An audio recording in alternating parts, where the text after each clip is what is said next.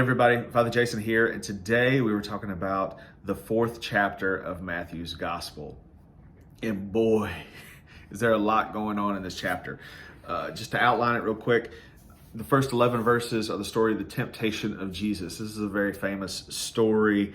The second section, which is about verses 12 to 22, Jesus settles in Capernaum after John the Baptist is arrested, and he gets his ministry going first by calling Peter, Andrew, James, and John, figures that become really prominent in the story as we move forward, and in the founding of the church after the resurrection, after the ascension.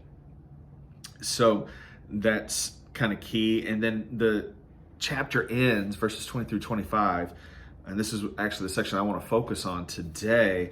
It says, Jesus went throughout Galilee, teaching in their synagogues and proclaiming the good news of the kingdom and curing every disease and every sickness among the people. So his fame spread throughout all Syria, and they brought to him all the sick, those who were afflicted with various diseases and pains, demoniacs, epileptics, and paralytics, and he cured them. And great crowds followed him from Galilee, the Decapolis, Jerusalem, Judea, and from beyond the Jordan.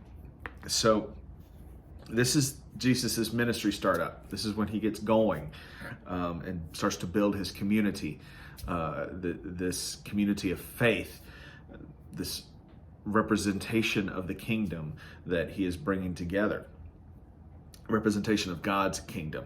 It's interesting. Galilee, my notes here say that the name Galilee is devised from the Hebrew phrase circle of the Gentiles. So this is interesting, right? This body of water that was north of Jerusalem, and then the region that Jesus is in is on the north side of that, was known as the circle of Gentiles. And it also talks about Syria. These are non-Jewish, necessarily Jewish territories that Jesus is in. The region of Galilee by Jesus' time was mostly populated by Jews. However, about 700 years before, when the northern kingdom of Israel had fallen to Assyria, it had been, for a long time after that, had been populated by Gentiles.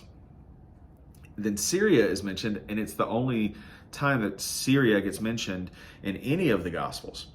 And it's basically where Syria is now, is what they're referring to. So Jesus is already, where he's doing his ministry, at a distance from Jerusalem, at a distance from the center of cultural and religious power within his community. The other thing that kind of popped out to me, beyond just the fact that Jesus is reaching outside of what may be the comfort zone for himself and his followers by being and ministering in these Gentile territories, what also popped out to me was the fact that the way he starts his ministry is not by asking for things, but rather by giving things. I think that's important for me as a priest, as a religious leader, important for the faith community of St. Patrick's and maybe even other congregations as well. We often think about, those of us that are leaders, we're trying to get stuff. We're trying to get people to do things, trying to get people to give things, trying to get people to participate in things. How do we get folks into the parking lot? How do we get folks into the pews? How do we get them to pledge? How do we get them to come to this event or that event? How do we get them to go to the soup kitchen? How do we get them to do this? How do we get? Jesus seems to be thinking more, what do I give? He's healing people, he's preaching, he's teaching, he's giving. He's giving things to people that minister to their heart, their mind, their soul, and their body. All of themselves are getting things from Jesus that they need and that helps them. So, including healing. So I think that's just something for us to think about.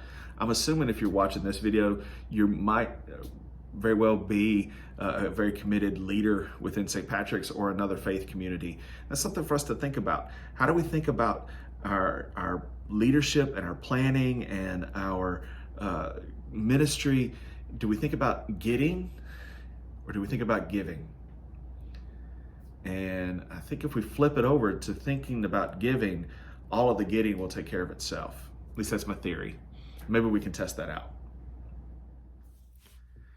Thank you so much for tuning in today. Be sure to hit that like and that thumbs up button and that subscribe button, and also share this to your social media feeds as well. We greatly appreciate that. If you'd like to support this channel and indeed all the ministries of St. Patrick's, you can go to pats-dublin.org/give and make a contribution today. We greatly appreciate that as well.